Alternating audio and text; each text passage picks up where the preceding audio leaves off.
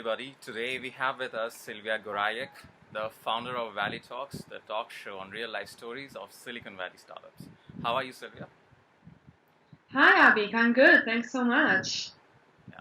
So tell us about your show, Valley Talks, and the inspiration behind it.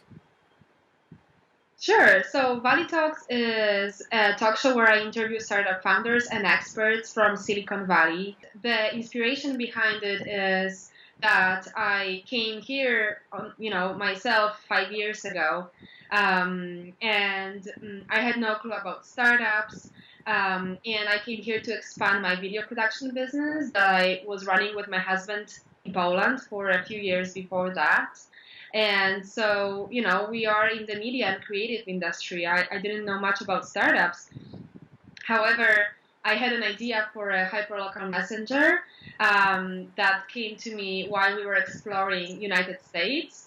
After a year of being here, I kind of realized, people are doing this, they are doing startups, they are raising money. So maybe I would go for it also because I have this super disruptive idea, right?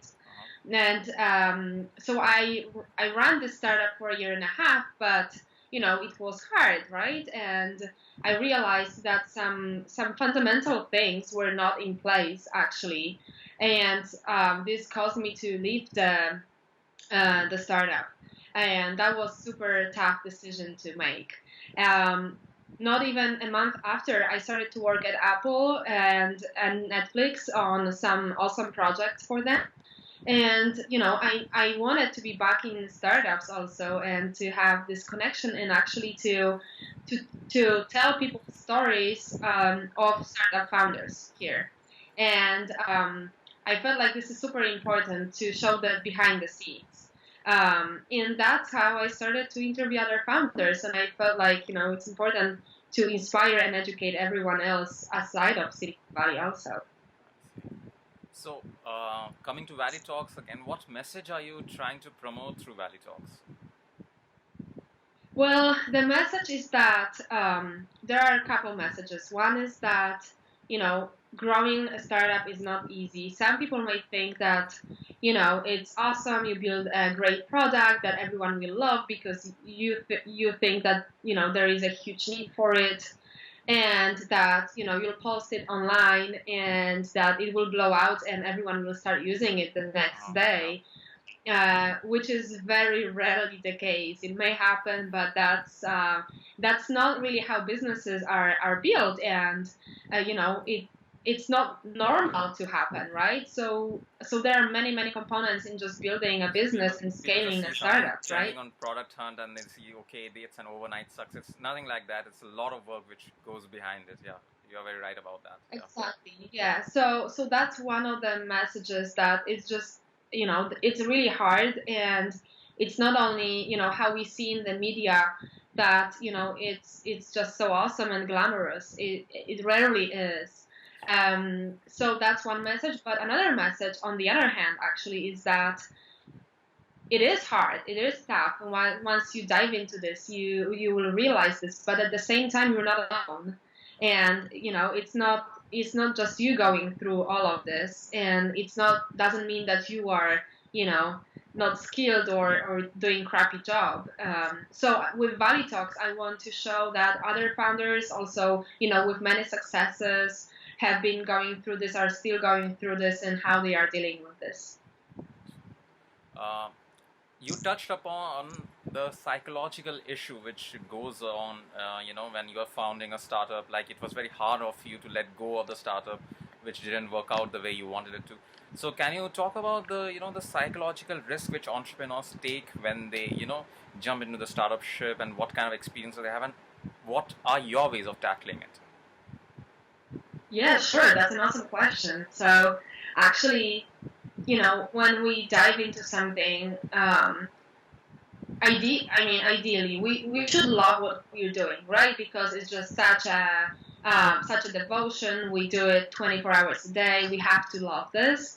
But once we love it, it's hard to deal with some challenges or difficulties and all that, and we get frustrated very easily, and and stressed so much.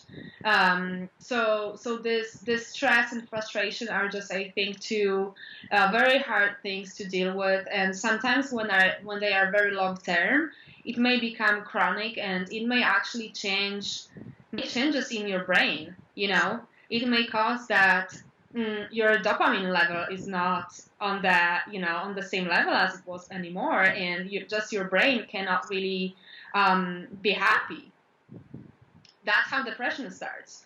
So it's very physical, it's very chemical, I would say. It has nothing to do with weaknesses. And this is something also important to be aware of, and in advance, I guess, and really take care of your well-being, and make sure to relax when you see that things are getting out of control, and just to have some fun, because otherwise just your health will not let you maybe run the business anymore.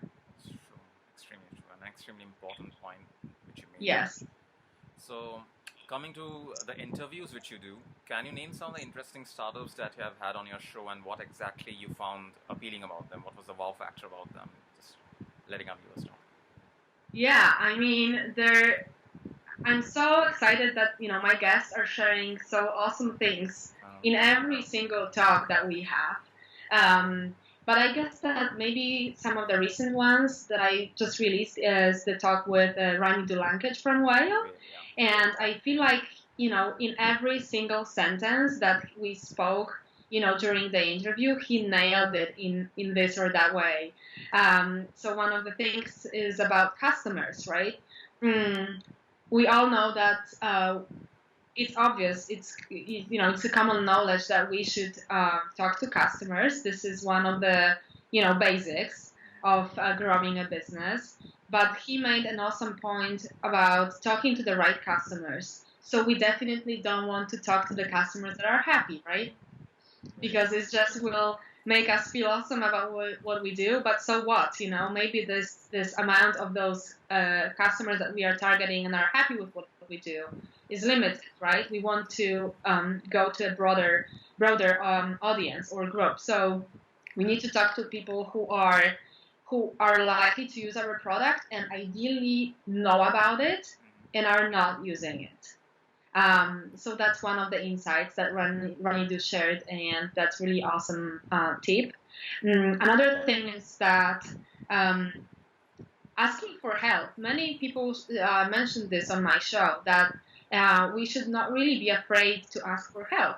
And this would seem maybe trivial, but actually that's kind of true. We often are kind of, maybe shy, or don't want to deal with like refusal.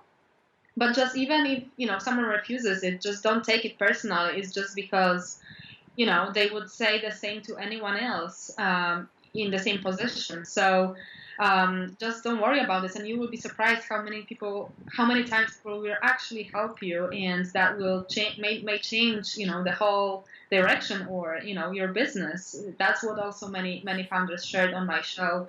And I guess another thing is about the founding team. It's very important to choose your co-founders very wisely, because it's like a marriage, right? You don't plan to have this company for another 2 years only. You want it to be your lifetime success. So don't jump into partnerships too fast. Just explore and be patient, I guess. And that's also one of the things that are evaluated by investors in the first place, before even your business. I would so Ryan Bird from G Startup Worldwide, he's reviewing he and his team are reviewing about like 5,000 startup applications a year from around the world for their pitch competitions that are then those applications are then forwarded to a huge network of investors. And so he also mentioned that the team is super important, and sharing what they already achieved instead of what their plans are is also more important, than like promising, you know, um, wonders. Great, great. So, you are from Poland. So, tell us something about your journey from Poland to Silicon Valley. Share some of your experiences and insights, so that other Silicon Valley aspirants who want to come to Silicon Valley can learn from you. The migration thing, something about that. Okay, great. Well, I would say start with exploring, right? You don't need to make the full jump, and start with coming here for as long as you can. Even something like 2 weeks will always be helpful. What I did with Jacob, my husband, is we came here for a month. And before we came here, we networked with people through the internet and found their emails. And this is something you can do from any place, right? So try to use this time the best you can, and plan this beforehand, but come here first. And just start knowing people and thinking, maybe looking for a partner, looking for someone whom you can give value and who can give value to you. That was our goal in the very beginning. That's how we started, and I think that was probably the best plan that actually anyone can accomplish. I think, right? This is something that doesn't cost you much. Just find someone here whom you can, who you can match with, and someone that will guide you through the first, weeks or months. And also, of course, visas are another huge aspect of this. But I'd say at the very beginning, tourist visa is good enough for that. So start with that, and then start of thinking about options of a longer term visa, and start to talk to immigration lawyers. Actually, there's going to be a very interesting interview on Valley Talks very soon about choosing immigration attorneys and immigration visas for entrepreneurs and employees. I would say that choosing the immigration attorney is as difficult, the right immigration attorney, as really obtaining the visa. This is equally important component to really do right. So our viewers need to watch that episode of Valley Talks. It's a must. So yes, sure. It's coming up, so everyone can any subscribe. Date? Can you give the date? Like, when is it coming up? I don't know the date yet. I think it may be somewhere towards end of June, I guess. Great. So we'll keep a look for that. So tell us some of your thoughts about the startup scene back in Poland. Wow. Well, so actually, I moved here soon after my master's degree, so I didn't have a chance really to explore that, in terms of like in my own experience or my own business. But I just was in Poland a month or 2 months ago, and I know a lot about it from from my friends and from other investors that are either investing in Poland or are traveling there often and just exploring the area. So I would say that, well, first of all, we have a huge, fantastic group of engineers in Poland. Polish people are very ambitious and educated, very smart, and we want to, we want to be successful. We want to go global. We want to be proud, and we want, the world to hear more about Poland than it has heard about it so far. So that's why I guess the quality of our work is really awesome. What is a challenge there is the investments, I guess. There are not as many investors. There is not as big investor scene. But of course, the investors say that there are not as many startups to, quality startups to invest. So I guess that, it is just a challenge of like matching those right startups to the right investors. And this is something that Poland still needs to learn about. What are some of the niches which are thriving there? I guess that some hardware is also a niche in Poland. I know several startups that do hardware, and also software when it comes to marketplaces or um, search engines as well. Uh, you have previously worked for Apple as a quality control engineer and content editor for Apple Music.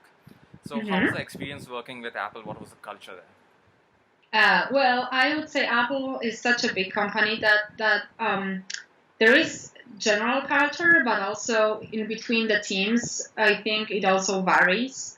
In the team that I was at, it was very, I would say it was a very confidential environment where I was in. We were dealing with things that were about to be public, go public on Apple Music, right, or to be launched. So it was very, secretive, I would say, and the environment in which I was that it wasn't really ideal for people to maybe discuss things that they are working on in between each other. This actually, I heard that is pretty common for Apple in general. That they want the information to be pretty internal, even within the team. Because of the security reasons, and I guess that probably this is their main policy. But otherwise, it was really friendly and awesome, great product to work on. I was really excited about my project and great environment, awesome people. So, it does depend on the team where you are in. But like in every big corporation, there are rules that you need to obey. Then you went to work for Netflix. So, any transition, any kind of different experience there from Apple? How was that like? Well, yes, Netflix is, a much smaller company when it comes to number of employees.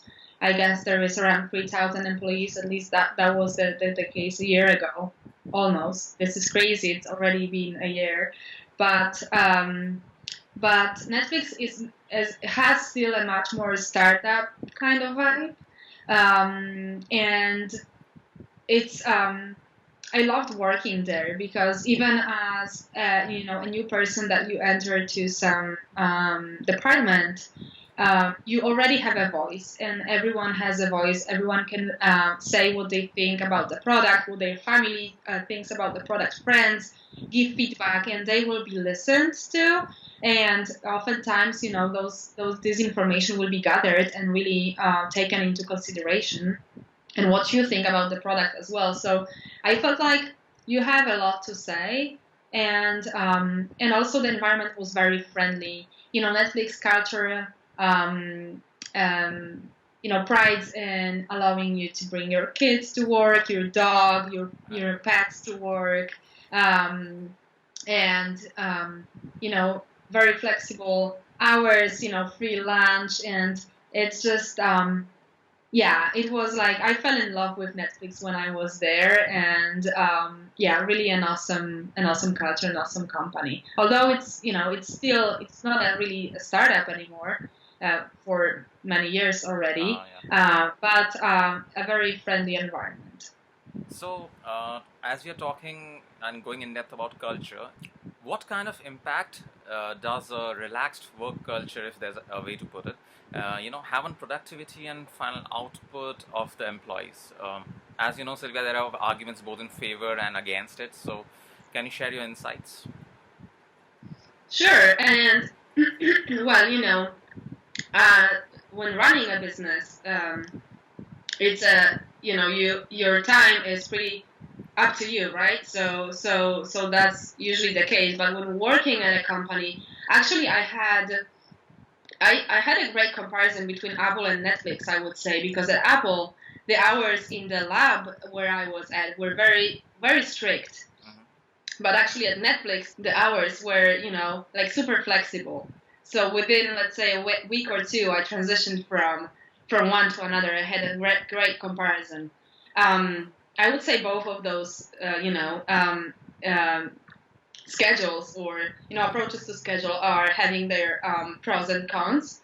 They both have pros for sure, but I would say, judging by Netflix, um, the flexibility was enormous. Like we didn't even have to come to work, or we could work from home, or we could go out and like make a run around the lake. Oh, wow. There is a lake nearby, right? So you could do totally whatever you wanted. Of course, you need to be, updated with what's going on. But this actually gave you, so much happiness and joy, and actually you could fall in love with the company so much for giving you this freedom that you really wanted to work more for them, And that's what I felt. And to me, it was an amazing approach.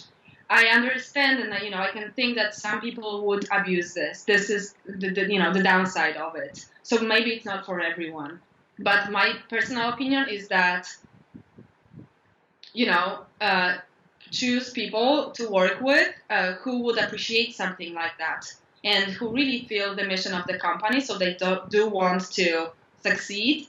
But at the same time, you can give them a total freedom so that they don't need to have any constraints. And in the longer run, you would know whether they are doing a good job or not, right? So it will become obvious. But it's important also not to waste those several months with someone who wouldn't appreciate something like this. So I think it needs to be a match. You have interviewed so many startups and we have learned a lot from Valley Talks. So according to you, what is the key to a successful startup? Well, it's something that everyone would like to know, right? And would like to, I wish there was like one thing, one sentence that would solve it all. But I guess, from my own experience now and from what people are talking about and investors are looking at, is the founding team. I think that, it needs to be about the team because, nothing else matters if the team is not great, regardless how awesome idea you have. So I think this is actually the key. If you have people that have complementary skills, they are hardworking, they do understand where they want to go, and even if not this idea or this product or market, then they can together do something else. So I think this is the first thing, and then really following some key rules, which is not not diving into producing an awesome product, but talking to customers, and then making sure the strategies to grow and all that. But these are things that would follow once you have the key team in place. What are some golden rules for networking according to you? I think that whenever you meet people on a meetup or an event, you need to remember to follow up with them, to send an invitation on LinkedIn or talk to them the next day at latest, so that they can remember you and this connection actually starts to mean something. That's a must do for sure. And another thing, actually, prior to that, is to know how to introduce yourself in a minute or in less than a minute, right? So you necessarily don't want to bore people whenever they ask you what you do, and if you continue talking about this for like 10 minutes, it's horrible, right? They will never talk to you again. So I would say these two are probably the core ones to remember while meeting new people. A lot of startups struggle to get initial press and the word out. So how should a startup get initial press? The one thing that everyone mentions always is to target the right journalists. So do not just, send out a bunch of emails to, all the press or magazines or whoever you find online. Really do your research. It's actually similar like with investors or pretty much with like anyone whom you want to approach. You have to know a little bit about them, know something about them, and this extra time that you need to put into this research will really pay off because the people that you'll be reaching out to will be really it should be relevant what you are reaching out to them with. Um, so this is something very important, I guess. And when you find people, so journalists who write about similar space, similar topics or markets, there are pretty high chances they will want to write about you because this is their job and they really want to, have some awesome content. You have an agency called Denim Video. Can you share some tools and practices you inculcate there to produce the high quality videos which you do? For sure. I would say doing it on your own is super hard. You definitely can try, but the very important thing that we often,